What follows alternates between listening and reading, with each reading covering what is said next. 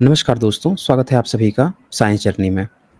दोस्तों, आज की डेट में सबसे बड़ी एक बात जो पूरे बहुजन समाज से लेके पूरे भारत में सबसे ज़्यादा जो पूछा जा रहा है कि धम्म जो है वो घर में कैसे पहुँचाएँ? बाबा साहब ने बुद्ध धम्म में घर वापसी की थी और भारत बुद्ध की धरती है। सारे आर्कियोलॉजी से लेकर कंटेम्परेरी एविडेंस से लेकर बाहर से जो ट्रैवलर्स आए थे, जो स्टूडेंट आए थे, जो स्कॉलर आए थे, सब चीज़ें चीख-चीख कर पुकार रही है कि ये बुद्ध की धरती है। तो सवाल ये आता है कि धम्म को हम बाबा साहब की बातों को, विचारधारा को कैसे घर-घर तक पहुँचाएँ?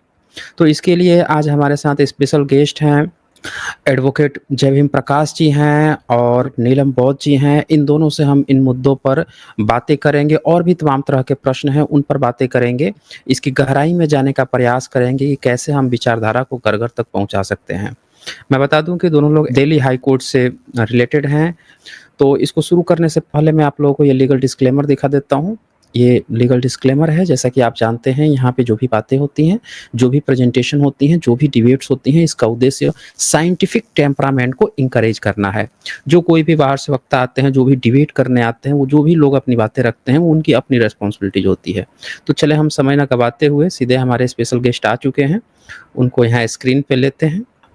एडवोकेट जय भीम प्रकाश जी, आपका बहुत-बहुत स्वागत है साइंस जर्नी पे। बहुत-बहुत साधुवाद आपका और सभी दर्शकों का बहुत-बहुत स्वागत, धन्यवाद। जी। मेरा सबसे पहला आपसे प्रश्न रहेगा कि जो धम्म का रास्ता है, उस धम्म का रास्ता भारतीयों के लिए क्यों ज़रूरी है? जी, बहुत-बहुत साधुवाद और बहुत ही महत्वपूर्ण प्रश्न किया है और बल्कि प्रश्न तो ऐसा होना चाहिए कि पूरी दुनिया के लिए क्यों ज़रूरी है और पूरी दुनिया हुँ, में हुँ। भारतीयों के लिए बहुत ज़रूरी क्यों है? प्रश्न ऐसा हो सकता था ये। तो सबसे पहले मैं बता दूँ कि अब तक जो धम्म का प्रचार-प्रसार हुआ और उसमें जो कमियाँ हमें दिखाई दी, जिसके कारण हमें ये जो धम्मपद संघ जो है शुरू करना पड़ा। धम्मपद संघ को शुरू करने से पहले हमने यही चीज़ देखी कि क्या कोई और संघ या संगठन धम्म प्रचार का जो कार्य हम करने जा रहे हैं या हम जिस तरह से करना चाहते हैं, क्या कोई और भी अन्य कर रहा है या नहीं कर रहा है? तो हमने जितने भी हमारी जहाँ-जहाँ तक हमारी नज़र जाती थी, जिन-जिन संगठनों को हम जानते थे, तो वहाँ हमने देखा कि काम तो कर रहे हैं, लेकिन काम जो है उस तरीके से नहीं हो रहा है, जिस तरीके से होना चाहिए। तो उसमें बेसिकली क्या डिफेक्ट थे आदरणीय साइंस जर्नी कि हमने जगह-जगह जाकर जो है लोगों से पूछा कि भई धम्म क्या है? बौद्ध धम्म क्या है? तो बौद्ध धर्म के बारे में जो लोग बताते हैं कि अंधविश्वास को नहीं मानना, पाखंड को नहीं मानना, अंधश्रद्धा को नहीं मानना, देवी-देवताओं की पूजा ना करना, ईश्वर की पूजा ना करना, साइंटिफिक बातों को करना, साइंटिफिक सोच रखना, वैज्ञानिक दृष्टिकोण, यही बताते थे। इसके बाद उनसे और पूछा जाए कि और बताइए बौद्ध धर्म के बारे में जो है आप क्या जानते हैं? तो उनका जवाब जो है बौद्ध धर्म के बारे में यहाँ पर खत्म हो जाता था। उसके बाद कुछ लोग उनमें से पंचशील भी जानते थे, लेकिन वो पंचशील भी बताते नहीं थे। कारण ये था कि समाज में अब तक धम्म प्रचार के नाम पर बड़े-बड़े मंचों से केवल यही बातें होती आई। तो यही बातें जो हैं समाज के मन मस्तिष्क में जमा हो गई और अब जो धम्म प्रचार जो होता है वो इस तरीके से होता है। तो इसीलिए मैं आपको बताना चाहता हूँ कि पूरी दुनिया के लिए और विशेष तौर पर भारतीयों के लिए ये धम्म ज़रूरी क्यों है?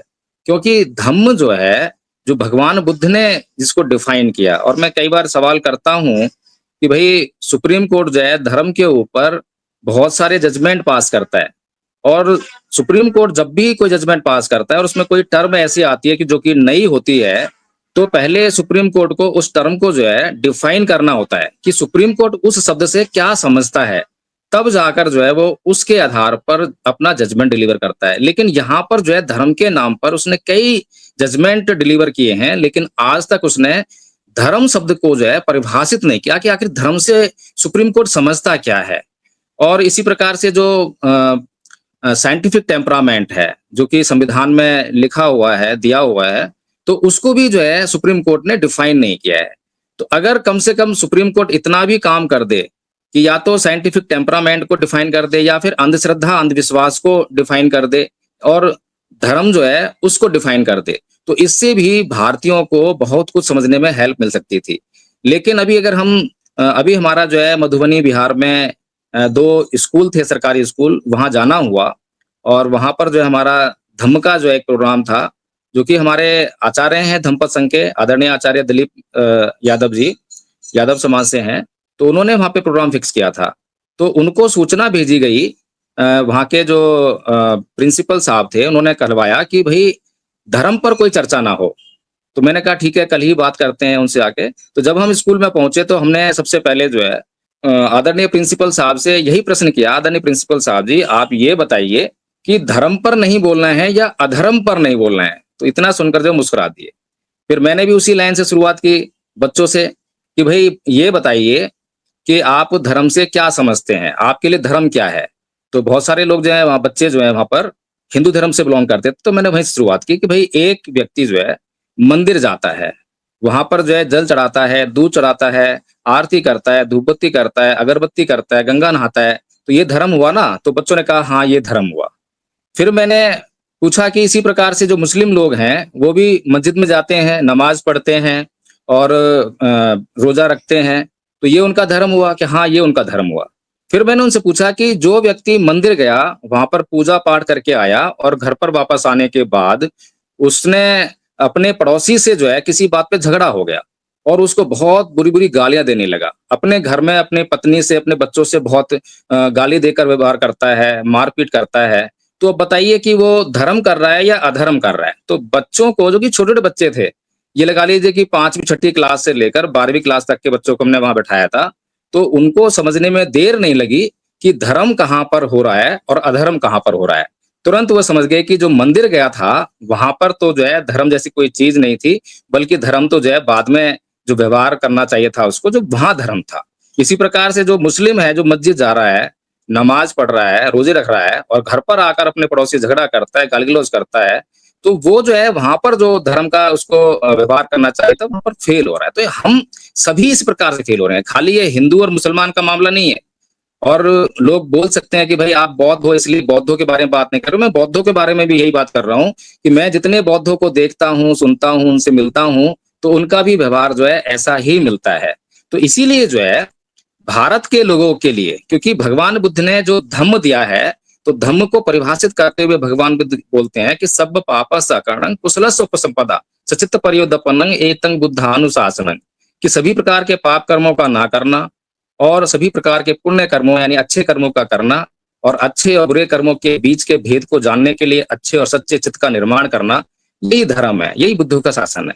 तो इस प्रकार से जो है भगवान बुद्ध की ये परिभाषा, इस परिभाषा से दुनिया का कोई भी धर्म को मानने वाला व्यक्ति इनकार नहीं कर सकता। ये सर्वकालिक है, सार्वभौमिक है, यूनिवर्सल हो जाती है।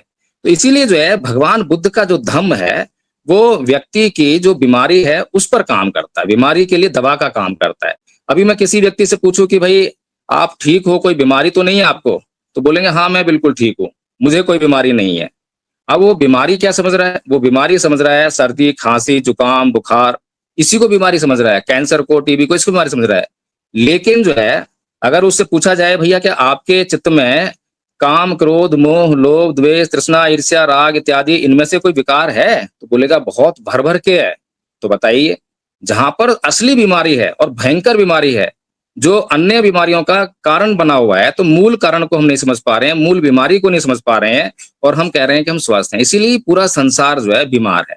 तो भगवान बुद्ध जो है किसी भी अपराधी को, अपराधी तो कहते हैं कि हाँ ये सामाजिक अपराधी तो है, लेकिन ये सामाजिक अपराधी होने के साथ-साथ ये बीमार भी है और बीमार का इलाज किया जाना चाहिए। इसीलिए भगवान बुद्ध कभी भी किसी अपराधी को, किसी हत्यारे को, किसी जो अपराध करने वाले लोग हैं, उनको मारने के लिए, सजा देने के लिए कभी नहीं जाते।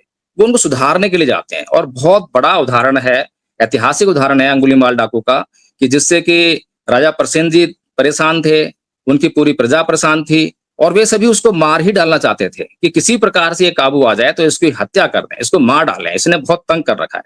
लेकिन भगवान बुद्ध जो हैं जब उससे मिले तो उसको सुधारा और उसके चित्त में परिवर्तन किया। तो ये जो बुद्ध का धम्म है, ये चित्त में परिवर्तन का आंदोलन है। ये सिंबॉलिक नहीं है, लेकिन हम लोगों ने इसको जो है सिंबॉलिक बनाकर और इसका प्रचार-प्रसार करना शुरू कर दिया। हाथ में पंचशीला झंडा उठाया या फिर अपने घर पे पंचशीला झंडा लगा लिया, सफेद कपड़े पहन लिए और अपने नाम के आगे बौद्ध लगा लिया। इसी से हमने समझ लिया कि हम बौद्ध हो गए हैं। और 1956 में परम पूज्य बाबा डॉक्टर भीम अम्बेडकर जब धर्म परिवर्तन करते हैं, तो उनका जो है इस प्रकार के धर्म परिवर्तन से कोई मतलब नहीं था। लाखों लोग जो हैं उनके साथ में धर्म परिवर्तन कर रहे हैं, लेकिन अब जो धर्म परिवर्तन की जो लहर हम देख रहे हैं कि भारत को तो बौद्धमय हो जाना चाहिए था कब का, लेकिन असली जो धर्म प्रचार है, वो अब तक अवरुद्ध हुआ, ऐसा मैं और धम्म संघ मानता है। इसीलिए जो है आदरणीय साइंस जर्नी, मैं ये कह सकता हूँ कि पूरी दुनिया के लिए बहुत ज़रूरी है बुद्ध का धम्म, और भारत के लोगों के लिए, क्योंकि भारत के लोग अन्य प्रकार की जातिवाद, धर्म इत्यादि की बीमारियों से बहुत भयंकर रूप से पीड़ित हैं, इसलिए उनके लिए बहुत ज़्यादा ज़रूरी है। जी, आदरणीय। जी, जी। बहुत शुक्रिया, आपने बहुत खूबसूरत जवाब दिया है। मेरा इसी से रिलेटेड एक दूसरा प्रश्न है।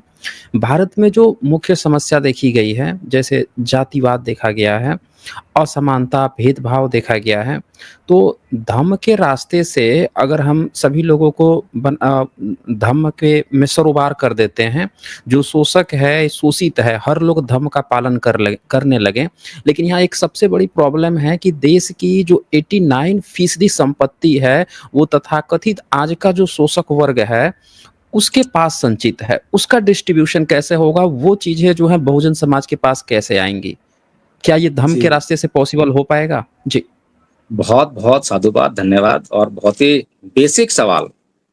मैं ये लगातार कहता हूँ, अक्सर कहता हूँ कि बुद्धिजीवी व्यक्ति वो नहीं है, जो स्कूल कॉलेज जाकर डिग्रियाँ ले आता है और डॉक्टरेट कर लिया या प्रोफ़ेसर बन गए, वकील बन गए, जज बन गए, वो बुद्धिजीवी नहीं है। बुद्धिजीवी होने का जो है एक विशेष लक्षण होता है, और वो लक्षण हो तभी हमें किसी को बुद्धिजीवी समझना चाहिए। बुद्धिजीवी जो है दूरदर्शी होना चाहिए, जो कि दूर की बात को सोच सके, परिणाम क्या हो सकते हैं भविष्य में उसको जान सके, अपने दुश्मन और दोस्त को पहचान सके, और वर्तमान समाज में जो है, जो समस्याएँ हैं, उन समस्याओं के मूल को समझ सके, समस्याओं को अच्छी तरह से अध्ययन कर सके और समस्याओं का हल प्रस्तुत कर सके। अगर ऐसा कोई व्यक्ति कर सकता है, तो निसंदेह हम उसे बुद्धिजीवी कह सकते हैं। लेकिन मुझे बड़ा खेद होता है आदरणीय साइंस सरनी, कि मैं अभी समाज में जो समाज की समस्याएँ हैं और समाज समस्याओं से जूझ रहा है और समाज की समस्याओं का अंत होता हुआ दिखाई नहीं देता है, उसके लिए मैं अपने समाज के बुद्धिजीवी वर्ग को सीधे-सीधे तौर पर ज़िम्मेदार ठहराता हूँ। क्योंकि ये जो समाज है, ये समाज समस्या की जो मूल प्रकृति है, उसको नहीं समझ पा रहा है। फिर हमारे महापुरुषों का जो मार्गदर्शन है, उसको नहीं समझता है। पढ़ता तो है, लेकिन पढ़ने के बाद उसको समझने की भारी ज़िम्मेदारी इस समाज के बुद्धिजीवी वर्ग के ऊपर है, लेकिन वो इसको समझ नहीं पा रहा है।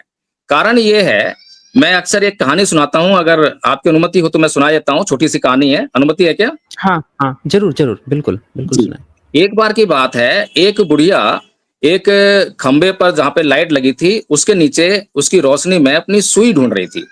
तो बहुत देर हो गई, सुई नहीं मिली, वहाँ से एक नवयुवक गुज़रा और उसने देखा ये बुढ़िया क्या खोज रही है? उसने पूछा उससे, तो बताया उसने कि भई मेरी सुई खो गई है, मैं सुई ढूँढ रही हूँ। तो वो नवयुवक भी उसके साथ में लग गया। बहुत देर हो गई, सुई खोजते-खोजते, लेकिन सुई नहीं मिली। फिर वो नवयुवक बोला कि हे बूढ़ी माई, क्या तुझे अच्छी तरह पता है कि तेरी सुई यहीं खोई थी? तो वो बोलती है बुढ़िया कि नहीं बेटा, मेरी सुई तो कुटिया में खोई थी, लेकिन क्योंकि यहाँ रोशनी है, इसलिए मैं यहाँ अपनी सुई खोज रही हूँ। तो इसी तरह की कुछ समस्याओं से जो है ये हमारा समाज जो है ग्रस्त है। हम अपने समाज को दोष नहीं दे सकते हैं, क्योंकि वो जो है पढ़ा लिखा हो सकता है, अनपढ़ हो सकता है, लेकिन समाज का जो बुद्धिजीवी वर्ग होता है, किसी भी समाज का बुद्धिजीवी वर्ग हो, चाहे वो हिंदू लोग हों, मुस्लिम लोग हों, किसी भी जाति वर्ग के लोग हों, प्रत्येक समाज में उसका अपना एक बुद्धिजीवी वर्ग होता है, और उस बुद्धिजीवी वर्ग के कंधों पर अपने समाज को नेतृत्व प्रदान करने की बड़ी गंभीर ज़िम्मेदारी होती है।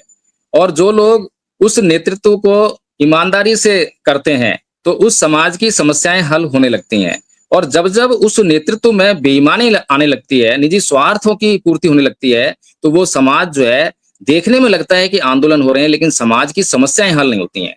तो इसी प्रकार से जो आपने जो समस्याएँ रखी हैं, मैं ये समझता हूँ कि परम पूज्य बाबा साहब डॉक्टर भीमराव अम्बेडकर से अधिक पढ़ा-लिखा कोई व्यक्ति मुझे नज़र नहीं आता है, और उनसे बड़ा कोई दूरदर्शी व्यक्ति मुझे नज़र नहीं आता है। और उनसे बड़ा विद्वान मैं इसलिए कह रहा हूँ, क्योंकि हर एक समस्या जब मैं बाबा साहब को पढ़ता हूँ, मैंने ज़्यादा नहीं पढ़ा है, मैं ये दावा नहीं कर रहा हूँ कि मैंने सारी किताबें पढ़ ली हैं, लेकिन जितना पढ़ा है, उसमें मुझे बहुत गहराई दिखाई दी कि भई हर एक समस्या को पहले से ही देख रहे हैं और उसका बहुत अच्छी तरह से उसका निदान कर रहे हैं, इलाज कर रहे हैं। जैसे कि बाबा साहब डॉक्टर भीमराव अम्बेडकर के सामने जो है, सबसे बड़ी समस्या थी, मैंने सुना है, शायद कहीं पढ़ा भी हो, कि जब परम पूज्य बाबा साहब डॉक्टर भीमराव अम्बेडकर संविधान सभा से संविधान को पास कराकर बाहर आए, तो उन्होंने कहा, ऐलान किया कि जाओ ऐ मेरे समाज के लोगों, अपने घरों की दीवारों पे लिख दो कि तुम इस देश के शासक हो। और ये बहुत ही प्रसिद्ध कहावत है या फिर टर्म है जो लोग इस्तेमाल करते हैं, बहुजन समाज के लोग इसको बहुत इस्तेमाल करते हैं। लेकिन सोचने वाली बात ये है कि अगर बाबा साहेब डॉक्टर भीमराव अंबेडकर लोगों से ये बात कह रहे हैं कि जाओ अपने घरों की दीवारों पर लिख दो तुम इस देश के शासक हो, तो मैं ये मानता हूं कि परम पूज्य बाबा साहेब डॉक्टर भीमराव अंबेडकर झूठ नहीं बोल सकते हैं और वो बहुत दूर की सोचकर बोल रहे होंगे। तो उस समय जो उनका समाज है, तो वो समाज जो है अल्पमत में है, अल्पसंख्यक है। अगर मैं खाली उन्हीं की जाति के समाज की बात करूं तो महार समाज से वे आते थे, तो उनका अपना समाज जो है इस स्थिति में नहीं था कि इस देश की सत्ता में आ सके। फिर अगर मैं थोड़ा-सा ग्रुप बढ़ाऊं और ऐसी समाज की बात करूं, तो वो भी जो है इस स्थिति में नहीं था कि वो सत्ता में आ सके। फिर मैं एससी और एसटी को भी बढ़ा दूं थोड़ा-सा और उसको विस्तार दूं, तो वो भी अकेले जो है इस देश की सत्ता में नहीं आ सकता है। लेकिन सारे लोग शामिल हो जाएँ तो हो सकता है कि वो सत्ता में आ जाएँ, लेकिन अगर उसको जो है हम एससी, एसटी और ओबीसी तीनों को शामिल कर दें, तो मुझे लगता है कि परम पूज्य बाबा साहेब डॉक्टर भीमराव अंबेडकर की सोच में ये एससी, एसटी, ओबीसी समाज था, जो इतिहास में उठाकर उन्होंने देखा तो ये सारा का सारा पहले बौद्ध था। तो इसीलिए उन्होंने जो है इस पूरे के पूरे वर्ग को कहा कि जाओ अपने घरों की दीवारों पर लिख दो, तुम इस देश के शासक हो। लेकिन संविधान में एससी जब शब्द का इस्तेमाल बाबा साहेब करते हैं, तो वो एससी के भीतर जितनी भी जातियां हैं, उनको इकट्ठा करने का काम करते हैं। इकट्ठा करने के उद्देश्य से वहां पे टर्म इस्तेमाल होती है एससी। इसी प्रकार से एसटी के अंदर जितनी जातियां हैं, उनको इकट्ठा करने के उद्देश्य से वहां पर वो टर्म इस्तेमाल होती है। इसी प्रकार से ओबीसी जितनी जातियां हैं, उनको इकट्ठा करने के उद्देश्य से ये जाति का जो वहां पे विवरण मिलता है। इसी प्रकार से आदरणीय साइंस जर्नी, अगर हम थोड़ा-सा और आगे की यात्रा करें, तो संविधान लागू होता है 1950 में और हमारे अभी वर्तमान जो नेता हैं, वो संविधान को ही सभी समस्याओं का हल बताते हैं और लगातार संविधान का इस्तेमाल वो जो है अब बहुत बड़े पैमाने पे करने लगे हैं। संसद से लेकर शादी विवाह तक अब ये जो संविधान की जो किताब है, मैं संविधान की बात नहीं करूँगा, संविधान की केवल किताब की बात करूँगा। संविधान की किताब को उठाते नज़र आते हैं। लेकिन मैं ये पूछना चाहता हूँ और ये बताना भी चाहता हूँ कि जो संविधान है और संविधान के द्वारा जो हमारी समस्याओं का हल करने के लिए जो कानून बनाए गए हैं, क्या वे बाबा साहेब ऐसा मानते थे कि ये हमारी समस्याओं का परमानेंट सॉल्यूशन है, स्थायी समाधान है? तो मुझे लगता है कि बाबा साहेब ऐसा बिल्कुल भी नहीं मानते थे। बाबा साहेब मानते थे कि जो संविधान है और संविधान के द्वारा जो कानून बनाए जाएंगे समस्याओं को हल करने के लिए, वे पेन किलर के रूप में है, वे टेम्पररी सॉल्यूशन है। इसीलिए वो परमानेंट सॉल्यूशन के लिए आगे बढ़ते हैं और 1956 में बौद्ध धर्म को ग्रहण करते हैं। फिर अगर बाबा साहेब ऐसा मानते कि संविधान में मैंने सारे अधिकार सुनिश्चित कर दिए हैं, अब मेरा समाज सुरक्षित है, तो उनको जो है हिंदू धर्म से पंगा लेने की कोई जरूरत नहीं थी। इतना विरोध झेलना पड़ा और यहाँ तक कि धमकियां झेलनी पड़ी, जान तक की आफत आ गई थी। तो बाबा साहेब डॉक्टर भीमराव अंबेडकर समाज के एक सच्चे समाज सुधारक थे। उन्होंने कभी भी समाज के लिए उस बात की परवाह नहीं करी कि समाज को क्या पसंद है और क्या नापसंद है। उन्होंने हमेशा उस बात की परवाह करी कि समाज के लिए किस बात की जरूरत है, किस काम की जरूरत है। लेकिन आज मैं बहुत ही दुख के साथ ये कहना पड़ रहा है कि आज जिन नेताओं को मैं देखता हूं कि जो बहुजन समाज के आंदोलनों का नेतृत्व करते हैं, वे लोग हमेशा इस बात को पहले देखते हैं कि हमारे समाज को क्या पसंद है। हमारे समाज को अगर डायलॉग मारना पसंद है तो डायलॉग मारते हैं, हमारे समाज को अगर शेरो शायरी पसंद है तो शेरो शायरी करते हैं, हमारे समाज को संविधान में रुचि है तो संविधान की बात करते हैं, आरक्षण में रुचि है तो आरक्षण की बात करेंगे, ईवीएम में रुचि है तो ईवीएम की बात करेंगे, लेकिन समाज की जरूरतों को हमेशा अनदेखा करते रहते हैं। इसीलिए मैं ये बात क्यों कह रहा हूं, इसके पीछे क्या कारण है, मैं उदाहरण देता हूं कि जब भी समाज के किसी भी वर्ग पर, मैं क्षमा चाहता हूं आदरणीय साइंस जर्नी, क्योंकि जो आपका विषय है, आपका जो प्रश्न है वो मेरे दिमाग में है, लेकिन थोड़ा समय लगेगा, मैं उसको देने का प्रयास कर रहा हूं। तो समाज के ऊपर जब भी अत्याचार होता है, तो जो हमारे जो नेता हैं, उस अत्याचार जहां पर घटना घटी है वहां पर पहुंचते हैं और वहां पर आंदोलन करते हैं। और आंदोलन में क्या मांग करते हैं? सबसे पहली मांग करते हैं कि वहां पर जिन लोगों ने अत्याचार किया है उनके खिलाफ एफआईआर दर्ज की जाए। और वहां बहुत सारे जोर जोर से जो है नारे लगते हैं, जय भीम की गूंज गूंजती है, बहुत सारी बातें होती हैं। फिर उसके बाद जो मुआवजे की बात होती है, उदाहरण के लिए मैं जो है इंद्र मेघवाल की घटना का ले लेता हूँ उदाहरण जो है। तो इंद्र मेघवाल की जब घटना घटी तो ये जो पूरा समाज है हमारा, वहाँ जाकर उन्होंने जो है आंदोलन किया, धरना प्रदर्शन किया और वहाँ पर माँग की, न्याय की। तो न्याय क्या है उनके लिए कि उस घर में जो है एक व्यक्ति को नौकरी मिल जाए और मुआवज़ा मिल जाए। ये न्याय की माँग करते हैं। अगर सरकार जो है आंदोलनकारियों की ये माँग पूरी कर देती है, तो वो ये समझता है, समाज ये समझता है कि अ, ये जो समाज साथ में न्याय हो गया। लेकिन मैं एक प्रश्न पूछता हूँ कि क्या ये जो अन्याय हुआ, केवल उस परिवार पे अन्याय हुआ था? क्या ये एक सामाजिक अन्याय नहीं था? क्या ये एक पूरे समाज पर हुआ अन्याय नहीं था? अगर समाज पर हुआ अन्याय नहीं था, तो समाज वहाँ पर आंदोलन करने के लिए क्यों गया? फिर दूसरी बात ये है, अगर ये सामाजिक अन्याय था, तो परिवार के साथ तो जो है मुआवज़ा देकर, नौकरी देकर न्याय हो सकता है। लेकिन इस समाज के साथ में न्याय क्या हुआ? अब मैं बाबा साहेब की बात पे थोड़ा आना चाहता हूँ कि बाबा साहेब के ऊपर भी बचपन से लेकर और मृत्यु तक अत्याचार होते रहे, जातिगत अत्याचार होते रहे। बचपन में अध्यापक ने उनको भीतर बैठकर नहीं पढ़ने दिया, पानी नहीं पीने दिया, गाड़ी वाले ने गाड़ी में नहीं बैठने दिया, चपरासी ने फाइल जो है टेबल पे रखे नहीं बल्कि फेंक कर दी और विदेशों से डिग्री लाने के बाद भी प्रोफेसर की नौकरी जब कर रहे थे तब भी उनको जो है अध्यापकों ने पानी नहीं पीने दिया।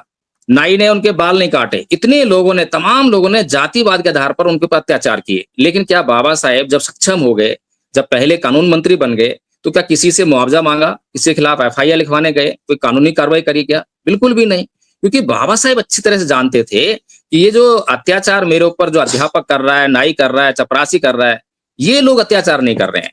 इनको जो है धर्म ग्रंथों से आदेश मिल रहा है, एक धार्मिक व्यवस्था है, पूरी की पूरी धार्मिक व्यवस्था इसमें लगी हुई है। इसलिए उस व्यवस्था को बदलना पड़ेगा। तो इसीलिए जो समाज सुधारक होते हैं, वो कभी भी जो है व्यक्तिगत रूप से जो है कभी भी समाज सुधार की बात नहीं करते हैं और कभी भी जो है समाज को क्या पसंद है, क्या नापसंद है, इसकी बात नहीं करते हैं। वो हमेशा जो है समाज की ज़रूरतों पर ही काम करते हैं। उदाहरण मैं देना चाहूँगा कि हिंदू कोड बिल जो है, उसका विरोध करने वाले केवल जो मनुवादी लोग हैं या ब्राह्मणवादी लोग हैं, वे ही नहीं थे, बल्कि बहुजन समाज का बहुत बड़ा हिस्सा जो हिंदू धर्म के अंधविश्वास पाखंड फंसाता, वो भी उसमें शामिल थे। लेकिन बाबा साहेब ये समझ पा रहे थे कि ये जो हिंदू कोड बिल है, ये भारत के लोगों के लिए, भारत की महिलाओं के लिए, बहुजन समाज के लिए बहुत ज़रूरी है। इसलिए वो इस समाज की, इस भारत की महिलाओं की नापसंद पर और पसंद पर नहीं जा रहे थे। ज़रूरी काम है, उसको कर रहे थे। अगर वो पॉलिटिकल मामला देखते बाबा साहेब जो है, तो नेहरू जी की तरह वो भी हिंदू कोड बिल को डिस्कार्ड कर दे, छोड़ो इसको जो है बाद में देखेंगे। लेकिन नहीं, बाबा साहेब जो है अंतिम समय तक जो है प्रयास करते रहे कि ये हिंदू कोड बिल पास हो जाए। इसी प्रकार से जब वो हिंदू धर्म को छोड़ते हैं, तो यह भी जो है हमारे समाज के लोगों को पसंद नहीं था, लेकिन वो समाज की ज़रूरत थी। जब बौद्ध धर्म ग्रहण करते हैं, तो वो भी हमारे जो है समाज की ज़रूरत थी, समाज को पसंद नहीं था, आज भी पसंद नहीं है। इसीलिए आदरणीय साईं जरनी, हमें सबसे पहले ये समझना पड़ेगा कि हमारे समाज के लिए जो है सही कार्य क्या है। अभी कमेंट बॉक्स में देख रहा था कि एक आदरणीय जी लिख रहे हैं कि आर्थिक प्रश्न पे जवाब दीजिए, तो मैं उसी तरफ आ रहा हूँ। तो परम पूज्य बाबा साहब डॉक्टर भीमराव अंबेडकर जब बौद्ध धर्म ग्रहण करते हैं, तो सीधा संकेत देते हैं कि जो ये संविधान है और संविधान के द्वारा जो भी समस्याओं के लिए कानून बनाए जाएंगे, वे टेम्पररी रिलीफ है और परमानेंट रिलीफ चाहिए तो बौद्ध धर्म को अपनाना पड़ेगा। एससी को भी बौद्ध बनना पड़ेगा, एसटी को भी बौद्ध बनना पड़ेगा, ओबीसी को भी बौद्ध बनना पड़ेगा और भारत को बौद्धमय करना पड़ेगा। ये बाबा साहेब का कथन है। तो बाबा साहेब जो है बौद्ध बनने के लिए क्यों कह रहे हैं, ये बड़ा महत्वपूर्ण सवाल है। तो बौद्ध बनने के लिए दो बातें हैं। पहली बात तो ये है कि जब इतिहास में जाकर बाबा साहेब देखते हैं, तो वो कहते हैं कि भारत का इतिहास कुछ और नहीं बल्कि दो संस्कृतियों के बीच संघर्ष का इतिहास है। वो संस्कृतियां हैं ब्राह्मण संस्कृति और बौद्ध संस्कृति। इसके अलावा वो तीसरी संस्कृति की बात नहीं करते हैं। तो इसीलिए बाबा साहब डॉक्टर भीमराव अंबेडकर इस बहुजन समाज को एक बड़ा आसान सा लक्ष्य देते हैं कि आपको जो है ये जो दो संस्कृतियों का संघर्ष है, इसमें बौद्ध संस्कृति को जो है स्थापित करना है। अब बौद्ध संस्कृति को स्थापित करना मतलब भारत को बौद्धमय करना। तो उसके लिए ये बहुत जरूरी है कि सबसे पहले बहुजन समाज के लोग ब्राह्मण संस्कृति को पहचानें। जब उसको पहचानेंगे जब ही उसको छोड़ पाएंगे। लेकिन समस्या है कि बहुजन समाज के लोग ब्राह्मण संस्कृति से खुद लिप्त हैं, खुद ही मनुवादी हैं, लेकिन हमेशा जो है मनुवाद को, ब्राह्मणवादियों को पानी पी पी कर पोसते हैं, अपने गलेमान में झांक कर नहीं देखते हैं। मैं उदाहरण देना चाहता हूँ यहाँ पर जो है कि किस प्रकार से जो है मैं अपनी बात जो कह रहा हूँ उसको स्पष्ट करने के लिए कि ईंट का जवाब पत्थर से दो।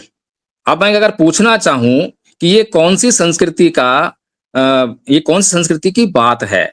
तो मैं ये समझता हूँ कि जो भी समझदार लोग हैं, वे लोग कहेंगे कि ये ब्राह्मण संस्कृति की बात है।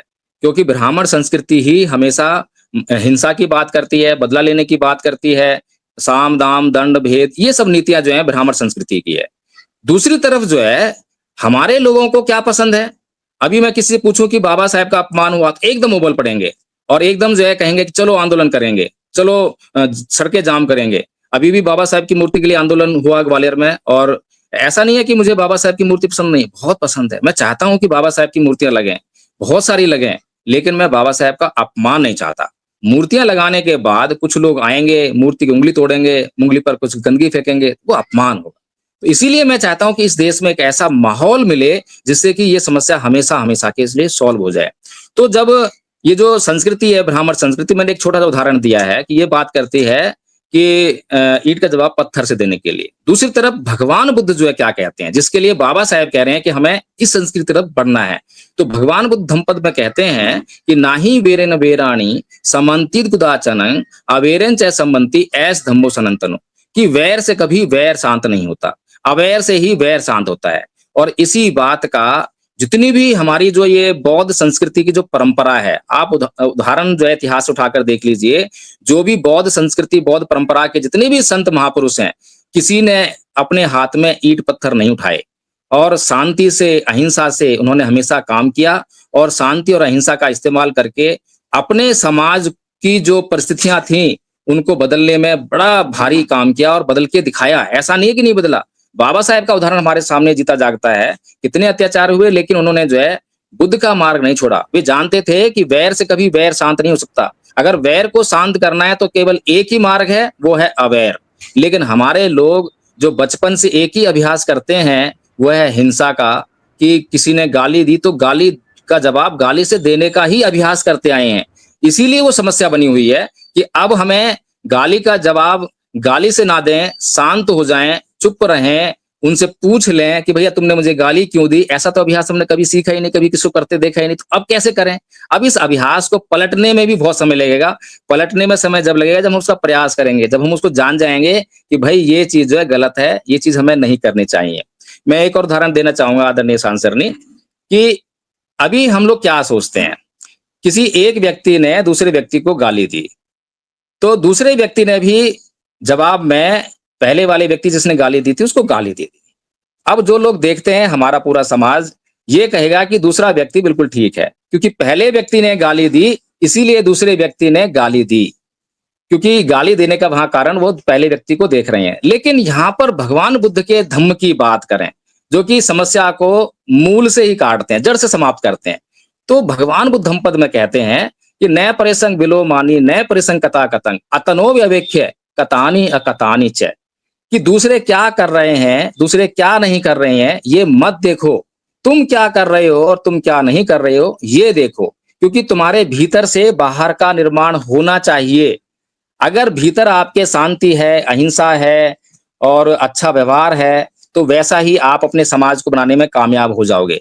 लेकिन आप लोग अभी क्या करते हो और समाज क्या कर रहा है मतलब कि बाहर किसी ने गाली दी तो उस गाली को मैं अपने भीतर लेकर आया। मैंने गाली कहाँ से सीखी है? मैंने अपने परिवार से सीखी, अपने अड़ोस पड़ोस से सीखी, यानी इस सामाजिक वातावरण से ही सीखी है। हिंसा कहाँ सीखी? वो बाहर से सीखी।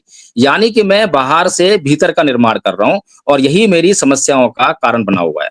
तो इसीलिए बाबा साहब डॉक्टर भीमराव अम्बेडकर जो है बहुत गहराई से जो है बुद्ध के धम्म का अध्ययन करते हैं। 1935 में येवला में घोषणा करते हैं कि मैं हिंदू धर्म में पैदा हुआ, ये मेरे बस की बात नहीं थी, लेकिन मैं हिंदू मरूंगा नहीं। लेकिन 21 साल लगाते हैं उस बात को पूरा करने के लिए। और 21 साल क्यों लगाते हैं? क्योंकि वे चाहते हैं कि जब मैं हिंदू धर्म को छोड़ रहा हूं तो क्यों छोड़ रहा हूं, इसका जवाब मुझे देना चाहिए। ऐसे नहीं, जब मैं किसी धर्म को अपनाऊं तो मुझे इस बात का भी जवाब देना चाहिए कि मैं किसी धर्म को क्यों अपना रहा हूं। तो इसलिए परम पूज्य बाबा साहब डॉक्टर भीमराव अम्बेडकर बड़ी संजीदगी से ये बात कहते हैं कि भारत को बौद्धमय करने में ही हमारी सभी समस्याओं का हल समाहित है। कुछ लोग कहते हैं कि सत्ता आएगी तो धर्म भी आएगा। लेकिन मैं बता दूं कि जो लोग ये कहते हैं, उनके लिए धर्म का कोई मतलब ही नहीं है। उनसे धर्म पूछो धर्म क्या है, तो धर्म बता ही नहीं पाएंगे कि धर्म क्या है। धर्म से सत्ता आएगी, ये निश्चित है। जैसे कि उदाहरण देना चाहता हूँ, इतिहास से देना चाहता हूँ कि जब सम्राट अशोक धार्मिक हो गए, धम्म को समझ गए, तो जो है सारे जो परिवर्तन होने लगे। लेकिन जब तक सम्राट अशोक जो है धर्म को नहीं समझ रहे थे, धर्म को नहीं जान रहे थे, तो उसी धर्म के अभाव में कितना मतलब जो कि अनहोनी सी हो रही थी उनके हाथों से। तो इसीलिए जो है, अगर बाबा साहब डॉक्टर भीमराव अंबेडकर ठीक-ठीक देख पा रहे हैं और बाबा साहब डॉक्टर भीमराव अंबेडकर के ये कहने के बाद कि 2 संस्कृतियों के बीच संघर्ष है, तो इस बात को समझने की ज़िम्मेदारी हमारे समाज के ऊपर थी, हमारे समाज के बुद्धिजीवी वर्ग के ऊपर थी। लेकिन उन्होंने तो उस बात को समझा नहीं, पढ़ा नहीं।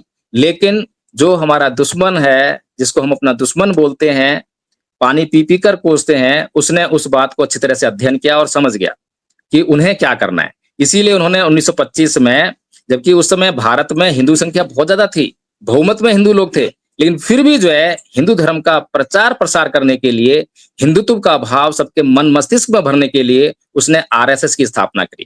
कोई पॉलिटिकल पार्टी की स्थापना नहीं करी। इसीलिए अगर पॉलिटिकल यानी कि सत्ता से धर्म आता, तो आरएसएस जो है सत्ता स्थापित करने के लिए पहले कोई पॉलिटिकल पार्टी स्टार्ट करती। लेकिन उसने ये जान लिया कि लोगों के दिमाग पे राज करना पड़ेगा, लोगों के दिमाग को भ्रमित करना पड़ेगा, लोगों के दिमाग में हिंदुत्व डालना पड़ेगा। इसी प्रकार से हमारे लोग, जिन्हें हम अपना लोग कहते हैं, अपने आदमी कहते हैं, जब हम कहीं पर जो है चुनाव लड़ें या फिर कोई भी हमें प्रदर्शन करना पड़े, जहां हमें अपना संख्या बल दिखाना पड़े, उसकी जरूरत पड़े, तो जब पीछे मुड़कर देखते हैं, तो सारे लाल कलावे बांधे हुए वो ब्राह्मणवादी सोच के साथ में वहां खड़े नजर आते हैं। और जब तक असली काम समाज के लिए नहीं होगा, तब तक आरएसएस को कोई प्रॉब्लम नहीं है, ऐसा मैं जान पा रहा हूँ। ब्राह्मणवादी लोगों को कोई प्रॉब्लम नहीं है, क्योंकि जब तक ये समाज एससी, एसटी, ओबीसी और उनके भीतर हजारों जातियों में बटा रहेगा, तब तक वो अपने जितने भी उनके उद्देश्य हैं, जितने मंसूबे हैं, उनमें आराम से कामयाब होते रहेंगे। लेकिन अगर इस समाज ने अपने आप को एससी, एसटी और ओबीसी से आगे बढ़ाकर बौद्ध धर्म में समाहित कर लिया, महासमुद्र बना लिया, तो मैं ये समझता हूं कि उसकी सारी समस्याओं का हल हो जाएगा।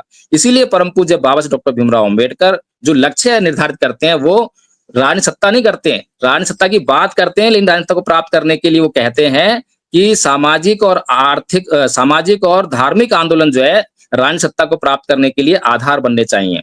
इसीलिए जो है, जब वो लक्ष्य निर्धारित कर रहे हैं बौद्धमय भारत, और मैं ये बता दूं कि बौद्धमय भारत जब बनेगा, तो उसके जो है बाई प्रोडक्ट्स के रूप में हमें राजनीतिक सत्ता भी मिलेगी, आर्थिक स्वतंत्रता भी मिलेगी, और जो सोशल जो हमारे रिफॉर्म्स होने हैं, या जो भी हमारे ऊपर अत्याचार शोषण हो रहा है सामाजिक आधार पर, वो सब बंद हो जाएंगे। वो सब जो है भारत को बौद्धमय करने की कीमत पर ही हो सकते हैं। इससे पहले आप कितना भी प्रयास कर लीजिए, जब तक ये समाज जातियों में बटा हुआ है, तब तक इसकी समस्याओं का कहीं कोई हल नहीं है, क्योंकि जातियों में बटे हुए समाज को कोई भी कभी भी किसी भी दिशा में गुमराह कर सकता है। तो इसीलिए आदरणीय साइंस जर्नी, जो आपका प्रश्न था, उसका जो मैंने अंत में जवाब दिया है कि जो आर्थिक जो समस्याएं हैं, जब ये समाज बौद्ध बन जाएगा, तो अभी हमारा शोषण कौन कर रहा है? हमारा शोषण जो है मनुवाद से ग्रस्त व्यक्ति कर रहा है। आप देखिए कि भगवान बुद्ध की शरण में जब राजा आए, तो राजा जब भगवान बुद्ध के धम्म में समाहित हो गए, धार्मिक हो गए, और उनके जो चित्त में जो है जो विकार थे वो दूर होने लगे, तो जो उनकी प्रजा थी उसको भी राजनीतिक सत्ता का अंश मिलने लगा, लाभ मिलने लगा। इसी प्रकार से जब उनकी शरण में व्यापारी लोग आए, तो व्यापारी लोगों के भीतर जो लोभ था, लालच था, वो दूर हो गया, तो जो लोग हैं उन्हीं व्यापारियों से लाभान्वित होने लगे, उनके व्यापार का उनको भी जो है लाभ मिलने लगा। इसी प्रकार से जो समाज था, समाज की जो स्थिति थी, समाज से जो जातिवाद या जो भी भेदभाव था, वो भी जो है दूर होने लगा, और लोगों में समानता का भाव पैदा होने लगा।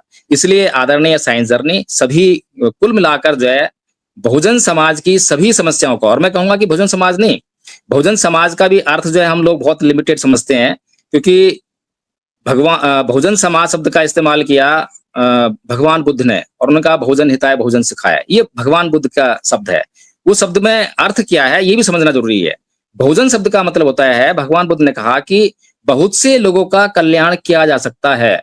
समाज में चोर लोग भी हैं, डाकू भी हैं, हत्यारे भी हैं, अगर उनका हित पूरा करने की हम बात करेंगे तो चोर कहेगा मुझे तो मेरा हित तो चोरी करने में है, मुझे सजा मत देना, इसी में मेरा हित है।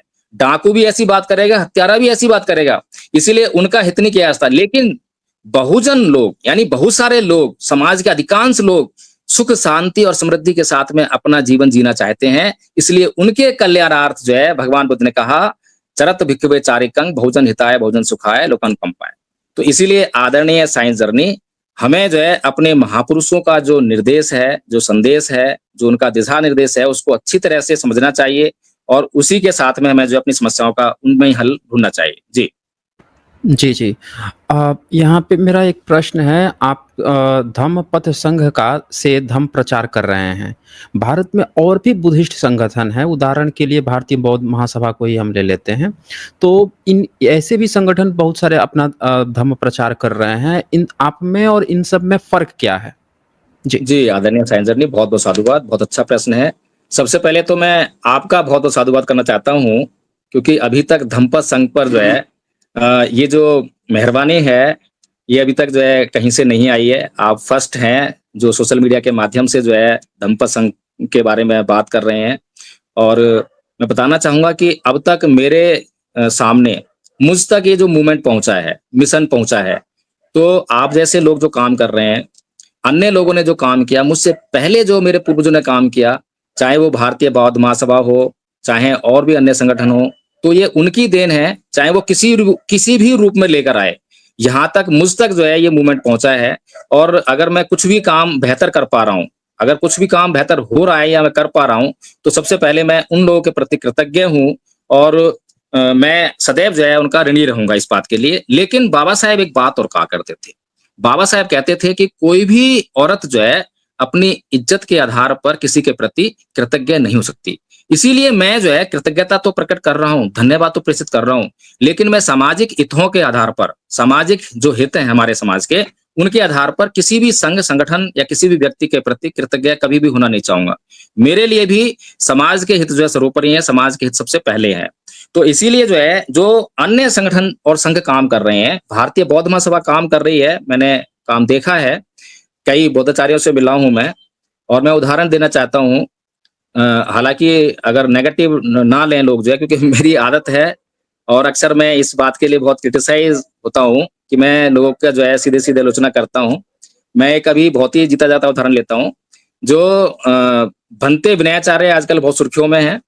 आज से कुछ साल पहले जयपुर में एक कार्यक्रम था जहाँ पर आदरणीय आचार्य नीलम बौद्ध जी भी वहाँ वक्ता थीं और उनको मैं सुन रहा था। आदरणीय जो विनयाचार्य हैं, उनको मैं सुन रहा था। लगभग 1 घंटा उन्होंने भाषण दिया। उस भाषण में मैं ये ढूँढ रहा था कि धम्म पर आदरणीय अमित कुमार नाम है उनका, जो उन्होंने बदल के अब जो है विनयाचार्य कर दिया है। अब भंते वो हैं शायद जो है। तो मैं ढूँढ रहा था कि इसमें धम्म की बात कब करेंगे? पूरे 1 घंटे के भाषण में मुझे कहीं धम्म दिखाई नहीं दिया। इसी प्रकार से एक और बौद्ध भिक्षु हैं, उनका अब नाम नहीं लूँगा मैं। तो जब उनका मैंने भाषण सुना, तो मैं बहुत प्रभावित हो गया। इतना प्रभावित हुआ, 1 घंटे का भाषण था, राजस्थान में रात के 12 बजे दे रहे थे। मैं इतना प्रभावित हुआ, ढूँढने लगा कि ये बौद्ध भिक्षु मुझे कब मिले और जब मुझे मिले तो मैं पूरी तरह समर्पित हो गया। दिन-रात मैं जाके यही बौद्ध भिक्षु हैं जो भारत को बौद्धमय करेंगे। जब उनसे मेरा अलगाव हुआ, मोह भंग हुआ और जब मैंने धम्म को पढ़ना शुरू किया, दिल्ली यूनिवर्सिटी से मैंने बुद्धिस्ट स्टडी से एमए किया, उसके बाद नेट क्वालीफाई किया, तो मुझे समझ में आया कि धम्म क्या है? वास्तव में धम्म है क्या? और उसके बाद मैंने दोबारा से वो भाषण सुना, तो मैं उसमें ढूँढ रहा था कि इसमें धम्म पर कौन-सी बात बोली है? तो भंते जी ने धम्म पर तो कुछ बोला ही नहीं। जाति पर बोल रहे हैं, आरक्षण पर बोल रहे हैं, लोकतंत्र पर बोल रहे हैं, सारी बातों पे बोल रहे हैं, लेकिन धम्म पर कहीं भी नहीं बोल रहे हैं। तो इसीलिए अभी जो मैंने आपको शुरू में बताया था कि समाज में जब हम पूछते हैं कि भाई धर्म क्या है, बौद्ध धर्म क्या है, कुछ बताओ, तो जो वो बताते हैं तो लोगों की गलती नहीं है, क्योंकि वो प्रोग्राम्स में जाते हैं या फिर सोशल मीडिया पे वीडियोस देखते हैं। तो बड़े-बड़े जो हमारे बुद्धिजीवी लोग हैं, वो मंच के माध्यम से यही बातें कहते हैं और यही बातें जो है हमारे समाज के मन मस्तिष्क में बैठ गई हैं। धर्म पर किसी ने अध्ययन नहीं किया या फिर अध्ययन किया भी तो उस चीज को जो है अच्छी तरह से देख नहीं पाए, को नजरिए से समझ नहीं पाए। जैसे कि मैं उदाहरण देना चाहता हूँ, सभी लोग आज जो है सुखी जीवन चाहते हैं। भगवान बुद्ध की बात करूं तो भगवान बुद्ध के समय में उनसे पहले जो है लोग सत्य को खोज रहे थे और बड़े-बड़े ऋषि-मुनि तपस्या करते थे। तो वो तपस्या किस लिए करते थे? या तो सुख की खोज में करते थे, या अप्सराओं की खोज में, या स्वर्ग की लालसा में। यही उनके उद्देश्य हुआ करते थे। लेकिन भगवान बुद्ध पहले व्यक्ति बने, सिद्धार्थ गौतम जो है, जो ना तो सुख की खोज में गए, ना ही अप्सराओं की खोज में गए और ना ही स्वर्ग की खोज में गए। वे गए दुःख की खोज में, और सबसे पहले उन्होंने दुःख को इंटरप्रेट किया, दुःख को परिभाषित किया। क्योंकि जब तक हम किसी भी चीज़ को अगर हम समस्या को समाप्त करना चाहते हैं, तो पहले समस्या को समझना पड़ता है। अगर किसी भी कमरे में बहुत सारी चीज़ें रखी हैं, उन्हीं में एक मोबाइल रख दूँ और मैं किसी ऐसे व्यक्ति को जिसने कभी मोबाइल ना देखा हो और उसको बोलूँ जाओ मोबाइल ले आओ, तो वो कभी भी मोबाइल लेकर नहीं आ सकता वहाँ से, क्योंकि उसको पता ही नहीं मोबाइल क्या होता है, कैसे होता है। और अगर उसी व्यक्ति को मैं मोबाइल के बारे में बता दूँ कि मोबाइल देखने में ऐसा होता है, इतना लंबा होता है, चौड़ा होता है, उसको बटन दबाएँगे तो जल जाएगा या उसमें स्क्रीन चल जाएगी, तो वो थोड़ी देर में अभ्यास करने के बाद वहाँ से जो है मोबाइल को ले आएगा। तो इसी तरह से भगवान बुद्ध सटीकता के साथ में सबसे पहले अगर दुःख को दूर करना है तो दुःख को परिभाषित करना पड़ेगा। इसीलिए 4 आर्य सत्य में पहला आर्य सत्य जो है दुःख को परिभाषित करता है। वो कहते हैं कि जाति भी दुःखा, जरा भी दुःखा, व्याधि भी दुःखा, मरणा भी दुःखा, शोक परिदेव दोमनस्य उपाया सापि दुःखा, प्येहि विपयोगो दुःखो अप्येहि संपयोगो दुःखा, यम्पि छंगने लभति तम्पि दुःखं संकेतेन पचुपादान खंदापि दुःखा। कि जन्म लेना दुःख है, मरना दुःख है, बुढ़ापा दुःख है, रोग दुःख है, जिन चीज़ों को हम चाहते हैं वो नहीं मिलती है तो दुःख होता है, प्रियजनों का बिछुड़ना दुःख है, अप्रियजनों का मिलना दुःख है। कुल मिलाकर 5 स्कंधों से निर्मित ये शरीर जो है दुःखों का घर है। और जब भगवान बुद्ध जो हैं उस दुःख को परिभाषित कर लेते हैं, तो उस दुःख के कारण को ढूँढ लेते हैं, और कारण मिल जाता है तो उसका निवारण ढूँढ लेते हैं, उसके लिए मार्ग खोज लेते हैं, और इस तरह से वो जो है पहले इंसान बनते हैं जो इस संसार का जो आवागमन है, इसमें जन्म-मरण का जो चक्र है, उससे पूरी तरह से मुक्त हो जाते हैं। इसी तरह से मैं अपने समाज की समस्याओं को देखता हूँ और मैं इंटरप्रेट करने का प्रयास करता हूँ कि समाज की अगर समस्याओं को दूर करना है, तो सबसे पहले अपने जीवन में हमें समस्याओं को उसका विश्लेषण करना पड़ेगा, जानना पड़ेगा, पहचानना पड़ेगा, और फिर उसके कारण को जानकर उस पे काम कर समस्याएँ दूर हो जाएँगी तो उसके अभाव में अब अगर मैं किसी पूछूँ कि भई सुख बताओ, सुख क्या है? सुख ढूँढ रहे हैं लोग जो है, रोज़ सुख ही ढूँढते हैं। तो सुख पूछूँ तो सुख क्या है? तो कोई सुख को बता नहीं पाएगा। बहुत से लोग बोलेंगे कि भई मेरे पास गाड़ी है तो ये सुख है, मेरे पास घर है, बड़ा बंगला है तो ये सुख है, मेरे पास ये चीज़ है तो सुख है। लेकिन वो सुख जो है किसी के लिए हो सकता है, किसी के लिए कुछ हो सकता है। लेकिन जो अगर मैं एक सुख की डेफिनेशन पूछूँ तो वो यूनिवर्सली डेफिनेशन कहीं से नहीं मिलेगी। लेकिन अगर मैं भगवान बुद्ध से सुख की बात पूछूं, सुख की परिभाषा पूछूं, तो भगवान बुद्ध भी यही बोलेंगे, भाई सुख क्या है मैं नहीं जानता। लेकिन दुख को दूर करने के बाद, जब मैं दुख को दूर कर दूंगा और दुख को दूर करने के बाद जो स्थिति रह जाएगी, मैं उसे सुख मानता हूं, वही सुख है मेरे लिए। तो इसीलिए आदरणीय साइंस जर्नी, तो ये जो मामला है, इस प्रकार से जो है हमें सबसे पहली बात तो ये समझनी चाहिए कि दूसरे संगठन भी प्रयास कर रहे हैं धम्म प्रचार का। बहुत-बहुत साधुवाद है, करना चाहिए, और जो लोग भी कर रहे हैं, कुछ ना कुछ काम समाज में जा ही रहा है। कम से कम लोग बाबा साहेब को पहचान रहे हैं, जैसे भीम आर्मी, चंद्रशेखर जी ने अभी जो आंदोलन चलाया, तो उसके कारण लोग बाबा साहेब को जानने लगे। तो मैंने कहा, भई हमारा आधा काम तो हो गया। जो लोग बाबा साहेब को जानने लगे, बाबा साहेब को अपनाने लगे, तो हम जाकर सीधे उनसे बात कर सकते हैं। और अभी हम जहाँ पर भी जाते हैं अपनी गाड़ी से जो है, जहाँ भी नीले झंडा देखते हैं, वहीं गाड़ी रोकते हैं और वहीं पर जो है उनसे जय भीम कह के अपना काम शुरू कर देते हैं। तो इस प्रकार से हमारा आधा काम तो हो ही रहा है, और जो काम रह जाता है उसको हम पूरा करने का काम करते हैं। तो इसीलिए जो अन्य संगठन जो काम करते हैं, वो जो धम्म है, उसको व्यावहारिक ज़िंदगी से कनेक्ट नहीं कर पाते। मैं यही बड़ा अभाव देखता हूँ। मैं एक उदाहरण देना चाहता हूँ। हमारे एक साथी हैं, दिल्ली पुलिस में हैं, नाम नहीं लूँगा, और उनके साथ में हम लोग जो हैं पार्क में रोज़ एक्सरसाइज किया करते थे सुबह-सुबह, और उसके बाद जो है थोड़ी देर हम जो है धम्म का अध्ययन करते थे। तो एक गाथा मैं उनको सिखा रहा था, धम्मपद की गाथा है, तीसरी और चौथी गाथा है। अकोछि मंग अवधि मंग अजिनि मंग अहासि में ये चैतंग उपनहंति वीरंग तेसंग न सम्मति। तो इसका मैं उनको अर्थ भी समझा रहा था।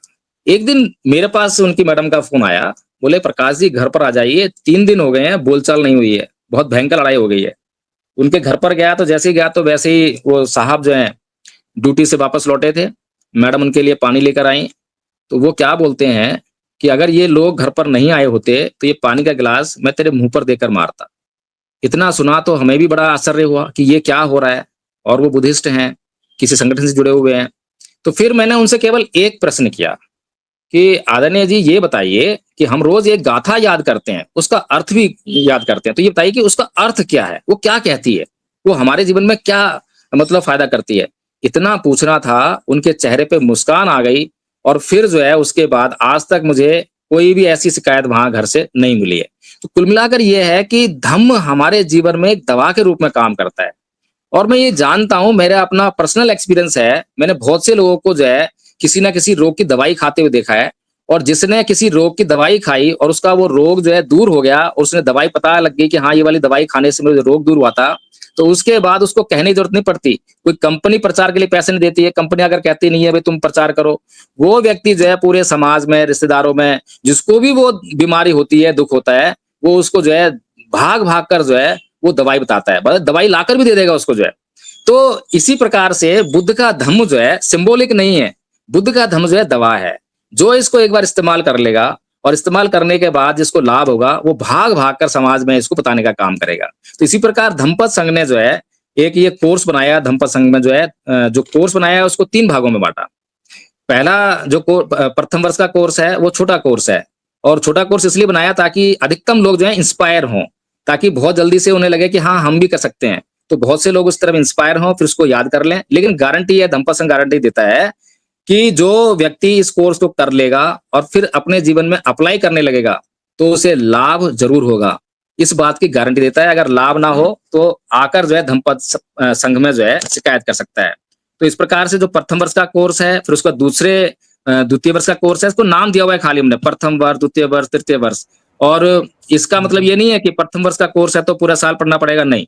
ये कोर्स जो है कोई 2 दिन में भी कर लेता है, कोई 3 दिन में कर लेता है, कोई 2 महीने में भी कर लेता है। जिसकी जैसी क्षमता, जैसी कैपेसिटी वो वैसा कर लेता है। फिर जो दूसरे वर्ष का जो कोर्स है, जो कि अभी हमारा तैयार नहीं है, लेकिन काफ़ी हद तक तैयार हो गया है, वो है संस्कारकर्ता बनाने का कोर्स। क्योंकि बाबा साहेब अपने साहित्य में जो ब्लूप्रिंट उन्होंने लिखा है उसका भारत को बौद्ध में करने का, उसमें एक कारण बताते हैं भारत से बौद्ध धर्म के गायब होने का, कि भारत से जब बौद्ध भिक्षु गायब हो गए, भारत में बौद्ध भिक्षु नहीं रहे, तो जो उपासक लोग थे, वो खुद से संस्कार करना नहीं जानते थे। इसीलिए संस्कार करवाने के लिए ब्राह्मणों ने ऑफर किए और वो संस्कार कराने लगे। इस तरह से ब्राह्मणिज़्म जो है, भारत में आराम से बौद्ध धर्म को रिप्लेस कर गया। तो इसीलिए जो है हमने ये जो दूसरे वर्ष का जो कोर्स है संस्कारकर्ता बनाने का कोर्स, इसको स्पेशल किया। स्पेशल इसमें ये किया कि अभी तक जो हम संस्कार देखते हैं बौद्ध भिक्षुओं के द्वारा, उसमें हम पुरोहितपन देखते हैं। उसमें चैंटिंग कर ली, मंत्रोच्चारण कर लिया, बस हो गया संस्कार। लेकिन धम्मपद संघ जो है, विशेष उद्देश्य को लेकर जो है इस कोर्स को बना रहा है।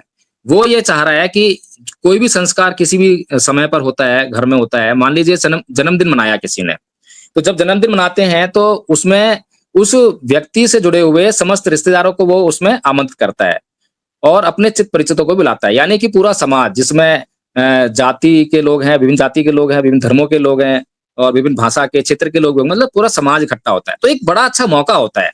वो ऐसा मौका होता है कि हम अगर वहाँ पर जो है बौद्ध धर्म को लोगों को समझाने में सफल हुए, तो बौद्ध धर्म का बहुत बड़े पैमाने पर प्रचार होने लग जाएगा। तो इसलिए जो है संस्कारकर्ता को एक अच्छा देशना देने वाला भी होना चाहिए। उसको बताना आना चाहिए कि बौद्ध धर्म क्या है, किस प्रकार से जो है ये प्रैक्टिकल अप्रोच लिए हुआ है लोगों की लाइफ में और किस प्रकार से जो है हर किसी के लिए बहुत ज़रूरी है। तो इस प्रकार से जो है संस्कारकर्ता का जो कोर्स है, उसमें हमने पुरोहितपन को बिल्कुल मिनिमाइज़ कर दिया है और देशना का जो पार्ट है, उसको हम जो बहुत अच्छा उस पे ज़्यादा जोर दे रहे हैं। इसी प्रकार से जो तृतीय वर्ष का जो कोर्स है हमारा, वो है बौद्ध विद्वान बनाने का कोर्स। अभी ये बिल्कुल तैयार नहीं है, लेकिन ये अभी कल्पनाओं में है, काम चल रहा है इस पर। तो बौद्ध विद्वान से हमारा मतलब है कि जो पहले जो दोनों कोर्स हैं, उनको लांघकर और अधिक अध्ययन करना चाहते हैं और अधिक बड़े पैमाने पर जो है धर्म का प्रचार-प्रसार करना चाहते हैं, तो उनके लिए बौद्ध धर्म के जो और भी सिद्धांत है, जैसे प्रतीसमुत्पाद का सिद्धांत है। मुझे लगता है कि 99.9 बौद्धों को प्रतीसमुत्पाद का सिद्धांत नहीं मालूम होगा कि ये क्या सिद्धांत है, क्या नियम है। अपोहवाद है, शून्यवाद है, लोगों को नहीं पता होगा।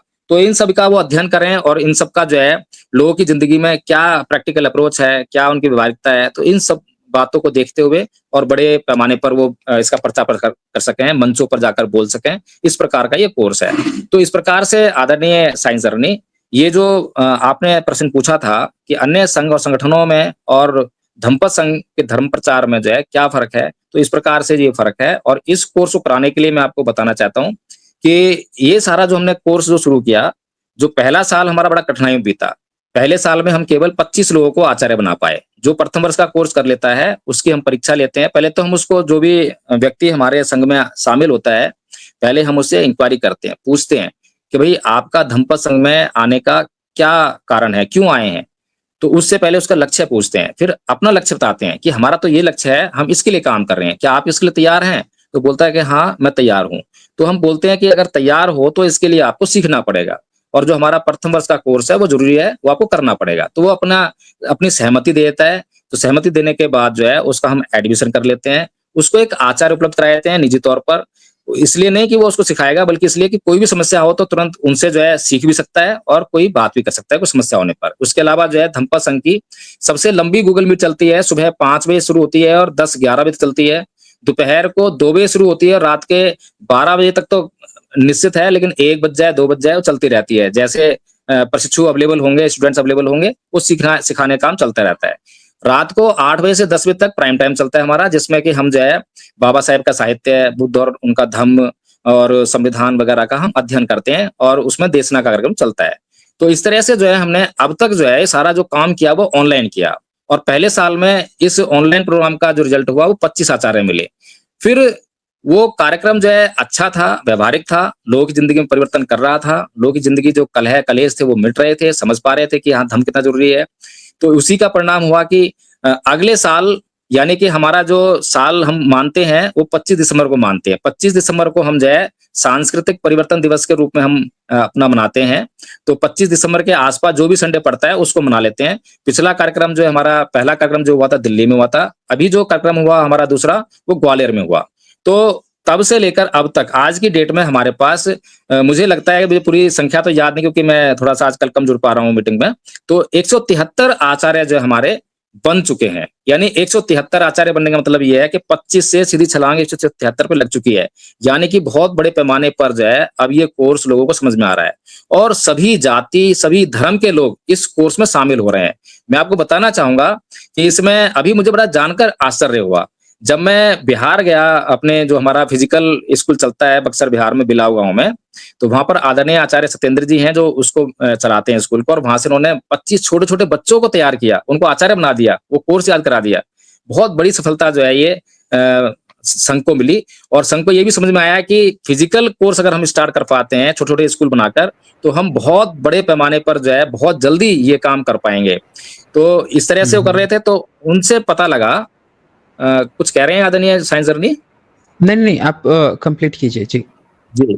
तो उनसे मालूम पड़ा कि अब हमें जहाँ जाना है मधुबनी में जिन आचार्य के पास, वो आचार्य जो हैं उनका मेरे पास जो नाम लिखा था वो था दिलीप महतो करके। तो मैं कहा वो महतो हैं कोई? और मुझे पता नहीं महतो कौन समाज से होते हैं, क्योंकि हम इतना गौर नहीं करते हैं, और समाज में जब भी हमारे पास कोई एंट्री करता है तो हम कोई जाति नहीं पूछते, धर्म नहीं पूछते, सीधे एंट्री करते हैं, रिक्वायरमेंट पूछते हैं। तो उन्होंने मौलाना बताया कुशवाहा कि को जनरली बोला जाता है।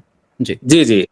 तो उन्होंने बताया कि जो दिलीप जी हैं वो यादव समाज से हैं। तो मुझे बड़ा जानकर आश्चर्य हुआ और बड़ी खुशी हुई कि हमारे संघ का जो लक्ष्य है उसको पूरा करने के लिए यादव समाज के लोग भी आ रहे हैं। बहुत खुशी हुई। इसी प्रकार से जब मैं हरदोई में कार्यक्रम करने गया, तो जब कार्यक्रम करने जा रहा था तो हमारे 2 आचार्य वहाँ पर थे, तो वो कार्यक्रम करा रहे थे।